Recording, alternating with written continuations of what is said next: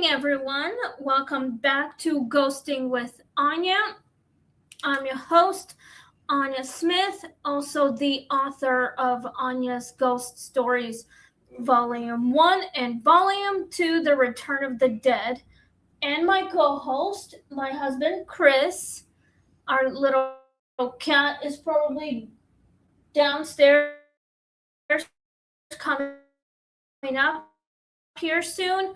So, Fearless, Caden, and myself went to the movies this morning, and what we did see was called The Odyssey. I recognize a couple of people. There's Robert Pattinson, Anne Hathaway, and Zendaya, Tom Holland's wife. And I think maybe Tom Holland might be in it too. So anyway, this movie is amazing. I can't wait to see it when it comes out. When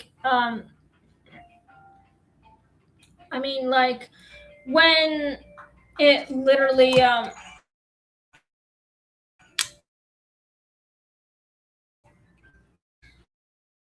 when it comes onto I feel like something's messing with this thing. Sorry about that. Let me plug it back. Plug it out, plug it back in. There we go. Okay, guys. Here we go. All right.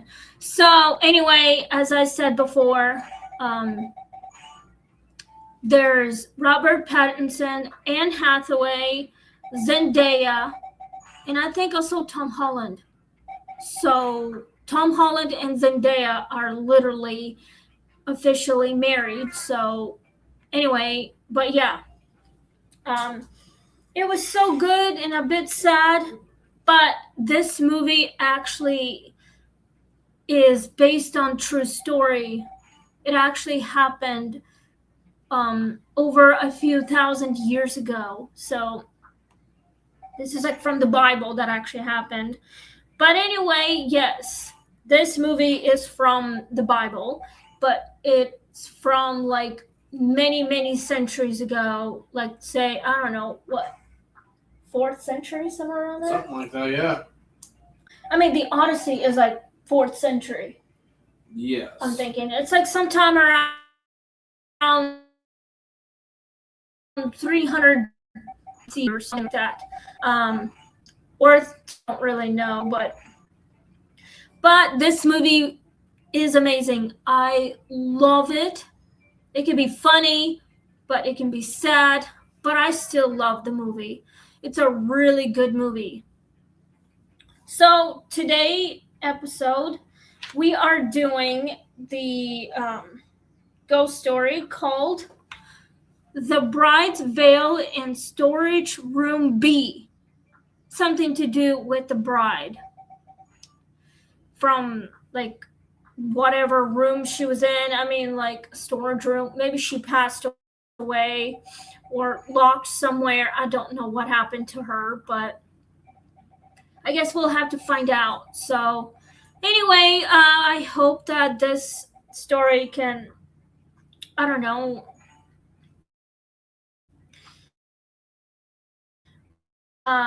touch your heart and probably, I don't know, it's probably going to break your heart, but every story I have read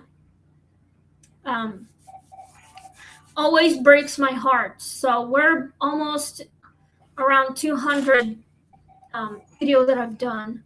So like 200 episodes. So we're getting closer to it.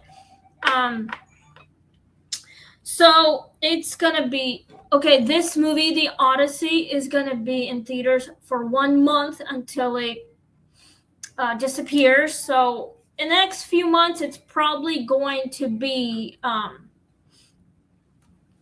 either on Netflix or on Disney Plus or anywhere else that is going to be streaming. So anyway, let's just get started on the stories. So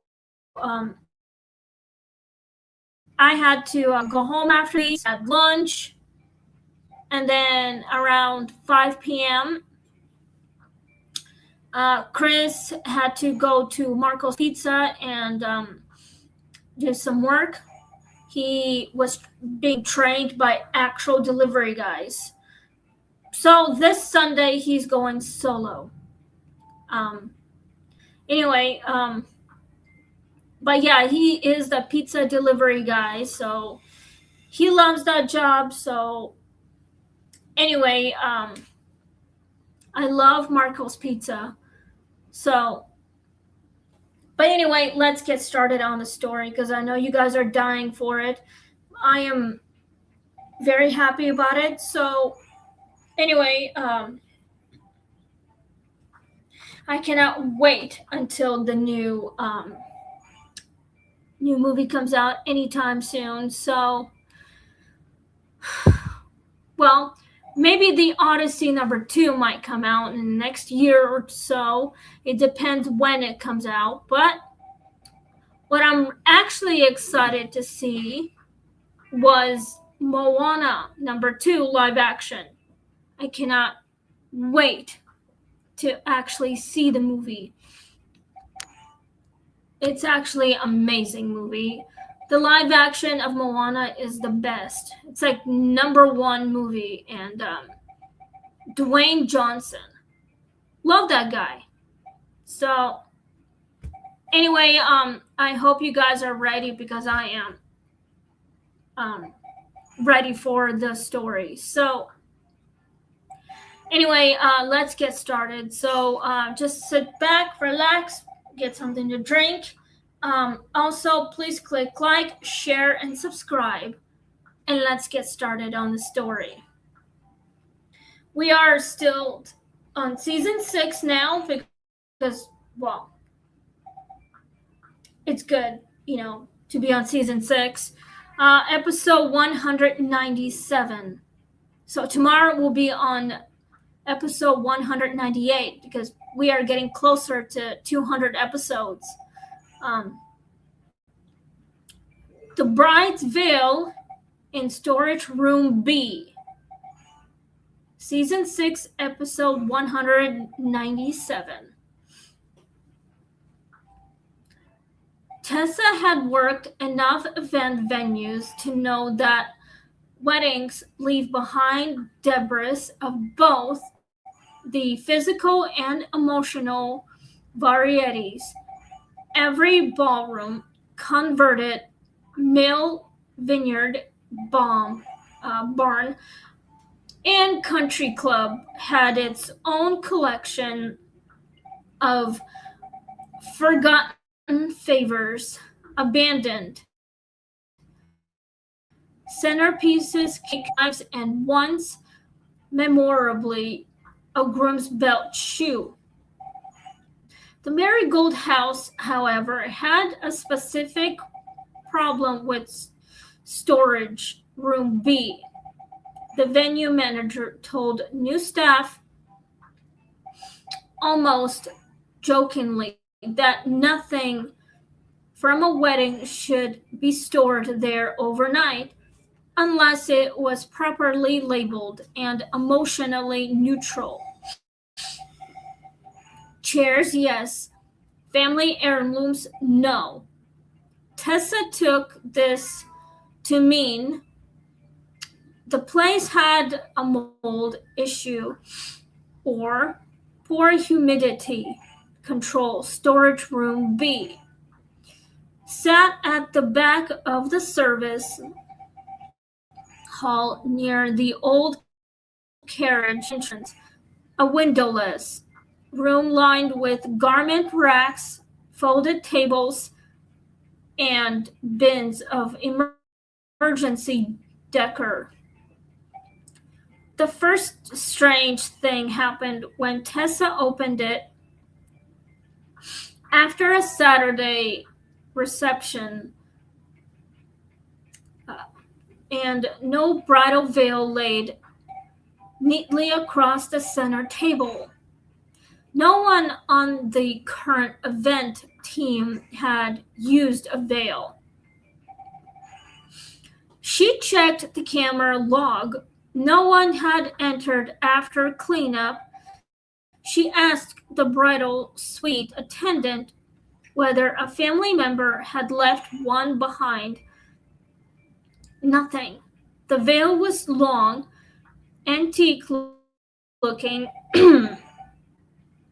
hand edged with tiny seed pearls and faintly yellowed with age rather than the bright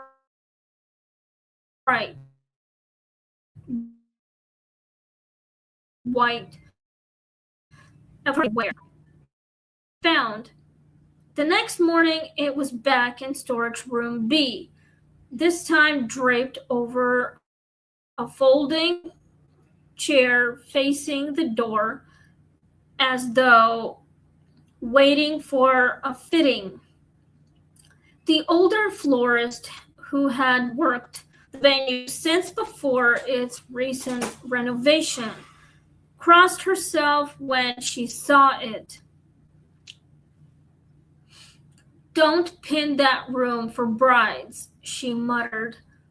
Over coffee, she explained that years ago, before Marigold was a venue,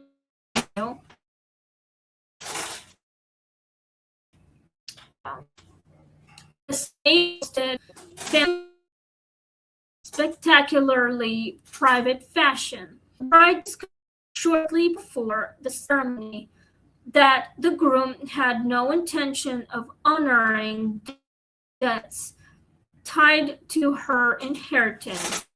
It may have been raging something worse. She was last seen in the service rooms with her veil half removed. The marriage never happened. The veil remained. Tessa disliked these stories because they made every emotional mess sound predetermined. Still, Story developed a personal interest in her. She left a guest book from a troubled way in there overnight. She'd to get moved to the front office. That car once blew off a cart. Areas themselves alphabetically side. The room instead of inside theory of all on the weekend of a particularly tense wedding between two visibly incompatible families. Tessa heard fabric rustle from inside B, while no one was near it. When she opened the door, a woman stood at the far end by the rack, holding the old veil over one arm. She wore a half-buttoned wedding gown from another era. Face flushed, not with joy, but anger held too tightly, was becoming tired of buildings, assuming she understood unfinished questions answered. No, what? The woman's eyes flashed toward the ballroom, that she still has time. The current bride, it turned out, did still have time, not because of supernatural prophecy, but because a bridesmaid burst into tears in the service hall 10 minutes later after learning the groom's family had quietly altered a financial agreement regarding the house the couple planned to buy. The wedding nearly derailed right there. Tessa, primed by the encounter in storage room B, responded faster and more bluntly than she might otherwise have done. She pulled the bride aside, gave her the plain facts, rather than the softened panic version,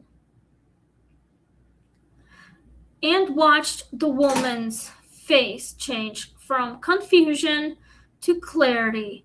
The ceremony was delayed by almost an hour while lawyers, parents, and pride collided inside rooms. It eventually went ahead. Only after contracts were rewritten and terms made explicit, Tessa passed storage room B on the way back to the ballroom and heard a woman laugh. Once inside, low and satisfied. Something tells me this story could be our story anytime soon. Yep. Do you think this might be related to our story? Could be. True, but we're not officially married. True.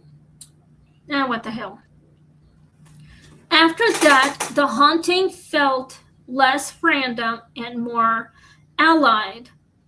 Not with weddings, generally, but with brides being kept in the dark. Tessa began noticing patterns.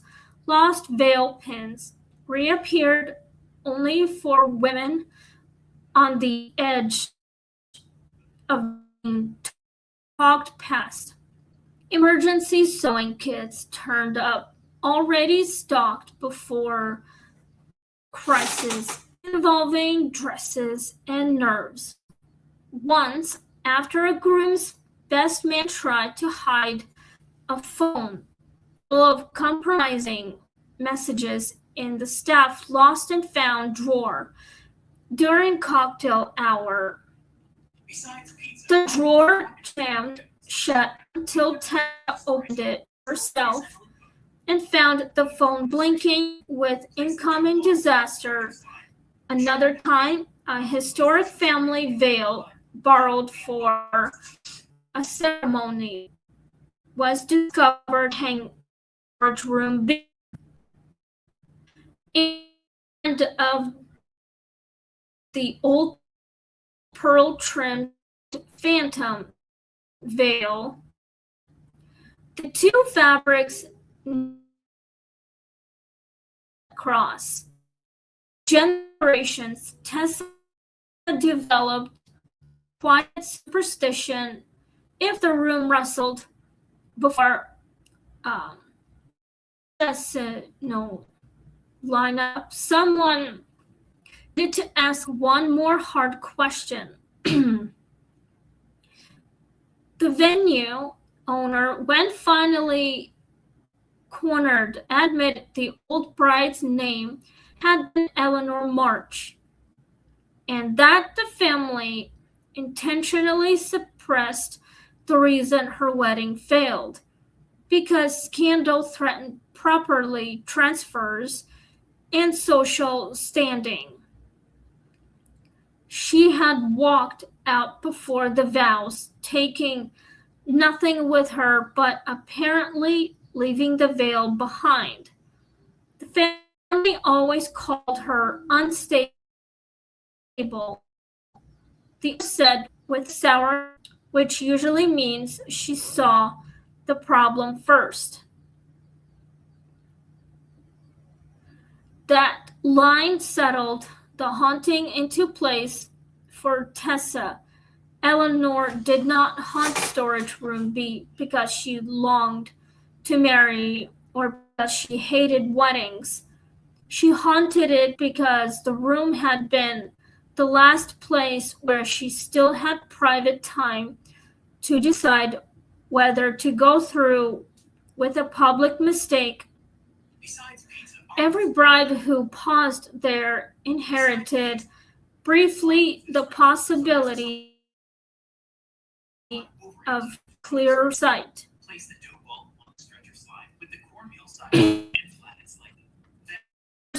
anniversary of her hire date, Tessa found storage room B unlocked and it lit through, but though no event was scheduled. On the center table lay the old pearl veil folded perfectly beside in the venue's antique monogram. Stationary, it held no message, only a pressed white camellia beneath the ribbon. Camilla or something. Beneath the ribbon, Tessa left it alone.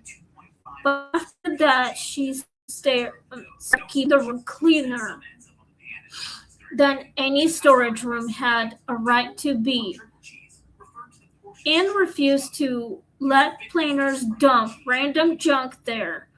During difficult weddings, she stepped inside for 10 quiet seconds and asked the air, not quite joking,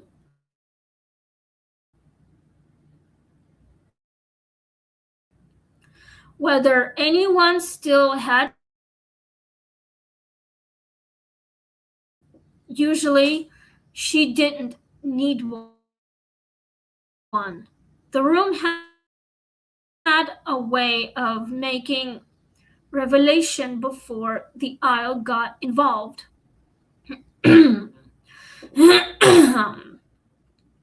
Marigold House still markets itself as a romantic venue full of charm and history.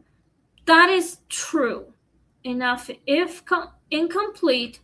Staff who last long enough learn that romance and history are both terrible at telling the full story on their own.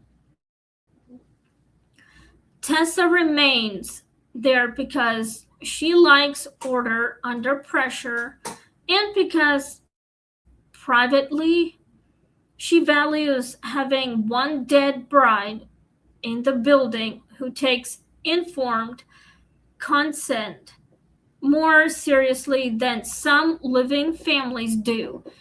The old pearl veil still appears now and then on the center chair in storage room B.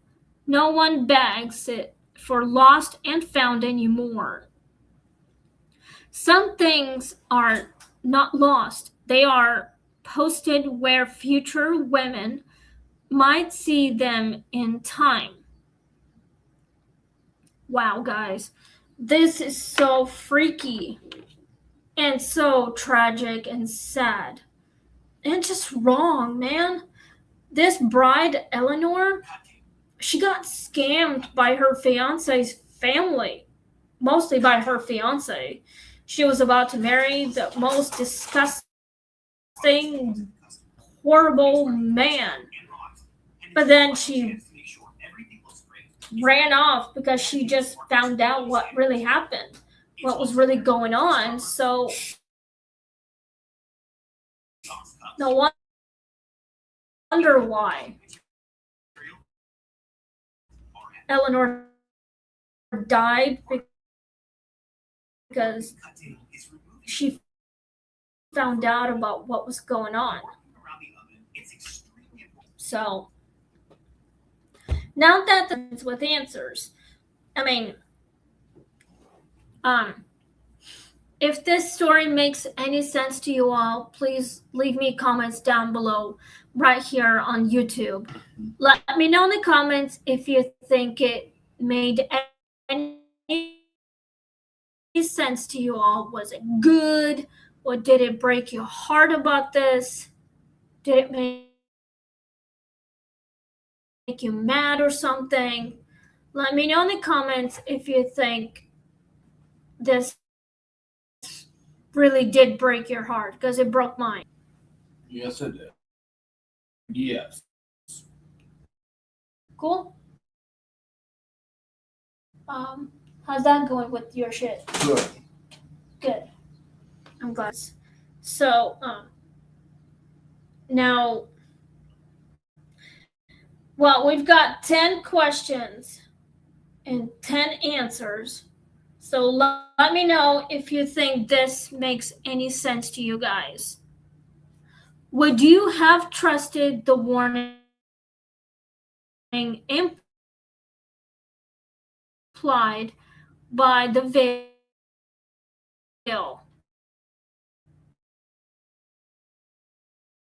I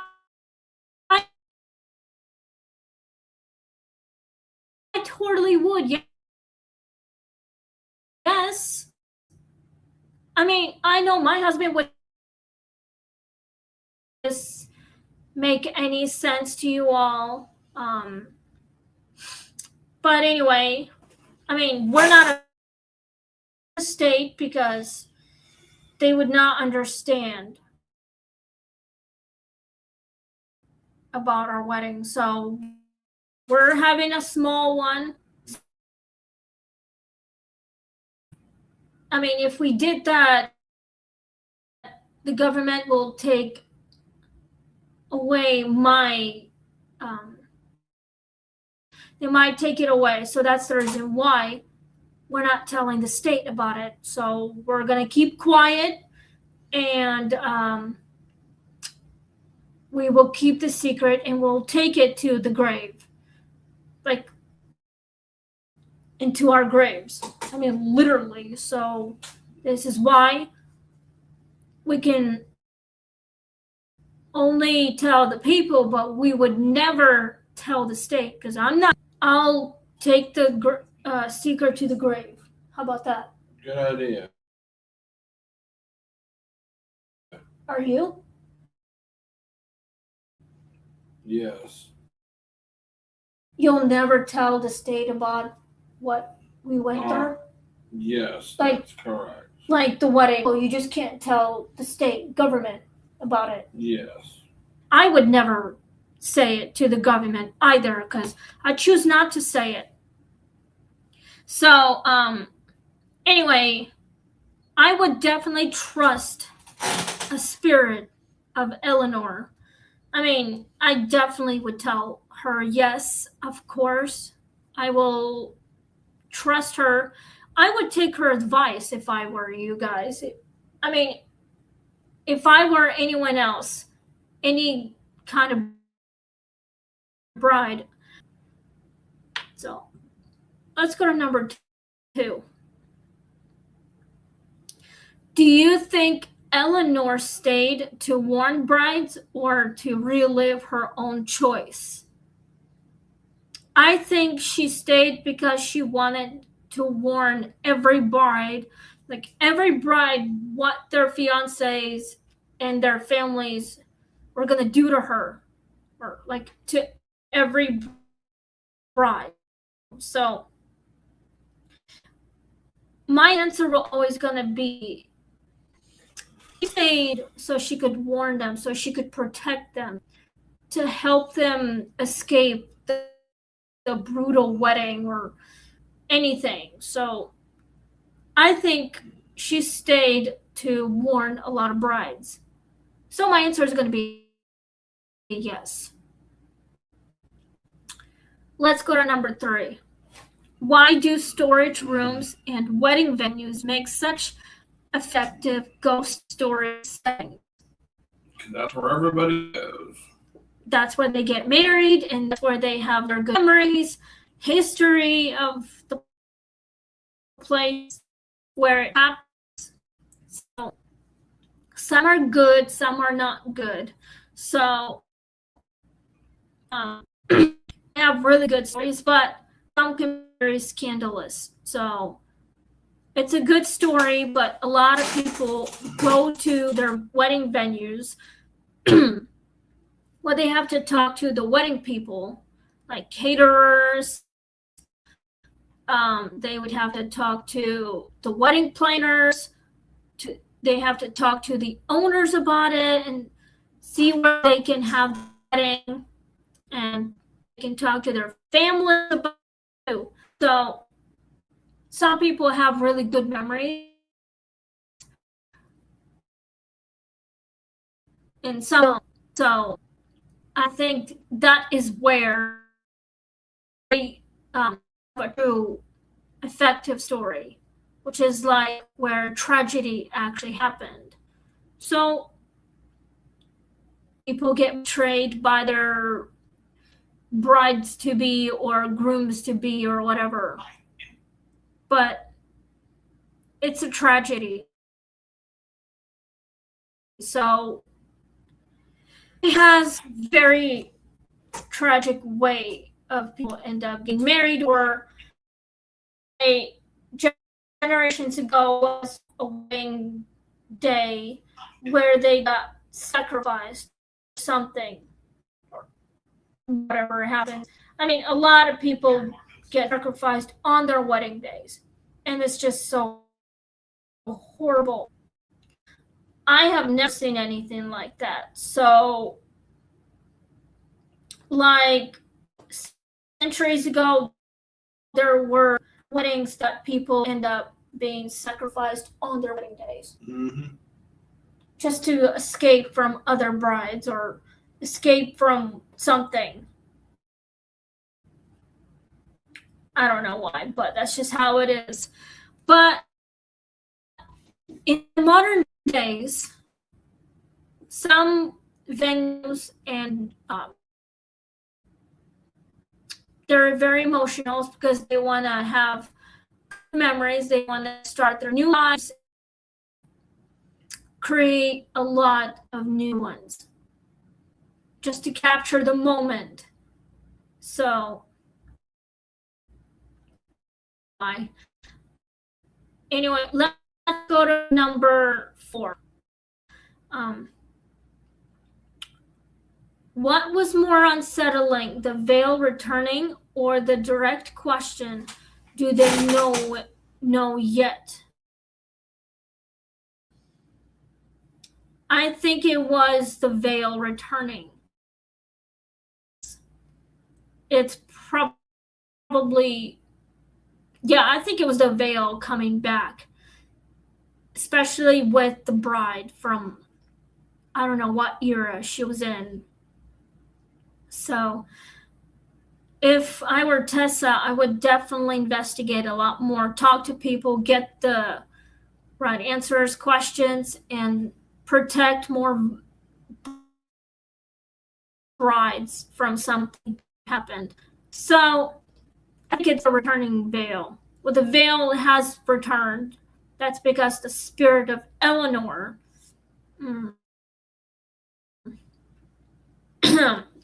she was trying to save the brides from something that would, if Eleanor did not appear to Tessa to warn the bride,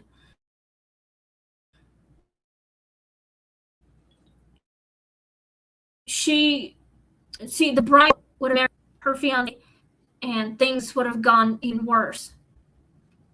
I don't know, sacrificed on wedding day or whatever. So, but I think Tessa did the right thing. Let's go to number 5. Okay, guys, we've got 5 questions left before I sign off. Was Tessa right to tell the bride the plain facts immediately? Yes, of course she did. If it wasn't for her, it would have been too late. She would have been married off, and then everything would have been too late. They would have taken her inheritance and killed her inheritance. So I'm glad Eleanor appeared in front of Tessa and warned her about something that would have happened. But my answer is a yes. So I'm glad that Eleanor was there to help.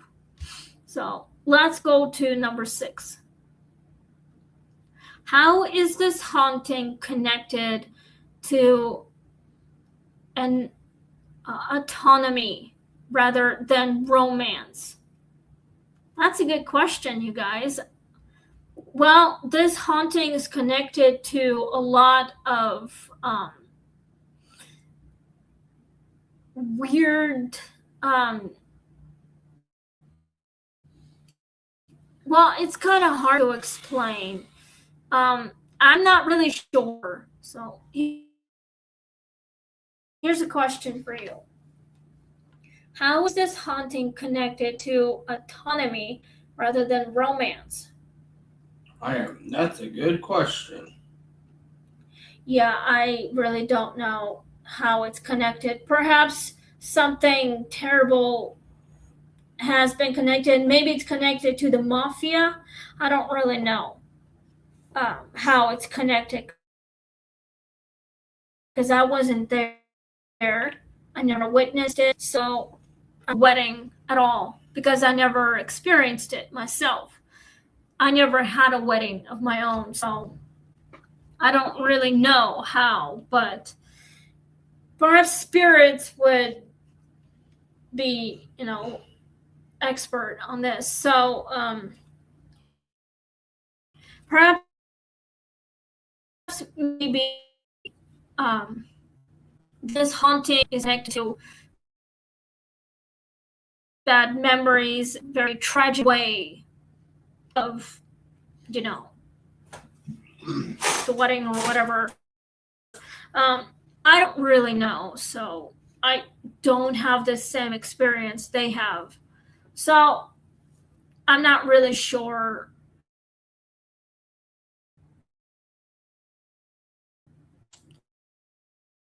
Have the best answer, but romance, it's a true or the bridegroom is worthy of the actual bride who doesn't do anything stupid to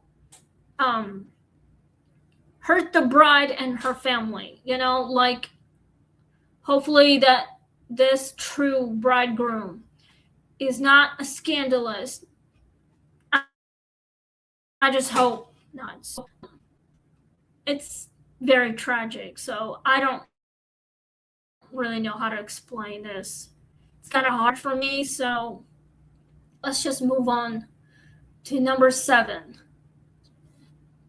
Do you think Eleanor was called unstable because she saw the truth first? Yes. My answer is going to be a yes. She saw the truth and she knew what was going to happen. So she finally did what she had to. Call off the wedding, and she never married anyone because she finally saw what was happening right there in front of her. I mean, if she didn't, she would have been, I don't know, taken or whatever, killed or something, sacrificed. Just like thousands of years ago, a lot of weddings were, I don't know, ended up in a lot of weird ways. I wasn't there, so I don't really know. But I think Eleanor finally got what she wanted, the truth. And that's why she finally helped other brides make sure it never happened again the way it happened to her. Tragic way. All right, let's go to number 8. Would you keep working at the Marigolds after realizing what the room did? Yes. Yes. We both agree what we would have done. I mean, we would help a lot of brides to give them advice, tell them the truth, what really was going on. And if they want to call off the wedding, it's their choice. It's their decision to do whatever they want, as long as they know the truth. But, all right, let's go to number 9. Okay, guys, we've got 2 questions left before I sign off. Can a place become a guardian of difficult choices? Yes, of course it can. Anything can happen as long as the brides can make the right decision, make the right choice. So as long as they don't um, uh, choose the wrong guys who are not so good, scandalous, horrible people. So, but a place, yes, of course they can, because the place can witness anything. It can witness whatever the brides and grooms and the rest of the family and friends are about to do. So, yes. All right, guys, we have one last question before I sign off. This video is a little bit short, but that's fine. If a ghost gave you one last private moment to reconsider a public mistake, would you take it? Yes. Of course. I just have to think about what was going to happen and take a moment and see if you realize it. If you change your mind, you can always call it off, the wedding. If you like the truth and you just couldn't say it out loud, or just like confront the people. So I definitely would take the advice from a spirit and call off my wedding. But if I were her, I would probably do the same thing. But my husband would never do anything like this. He's a good man. He loves me. He would never hurt me. He would never betray me. So he's always loyal to me, and he's just trying to protect me and our kitty. So my answer will always gonna be yes. All right, guys, we are out of time, and I just want to say thank you for watching and tuning in. I hope that you guys would have participated in this. So tomorrow we'll be doing a new story called at Maple and Third. I don't know why, but that's the name of the story, episode 198. So again, thank you, and we'll see you guys tomorrow night, 8:30 p.m. to 9 p.m. So have a wonderful night, stay safe, have fun, and stay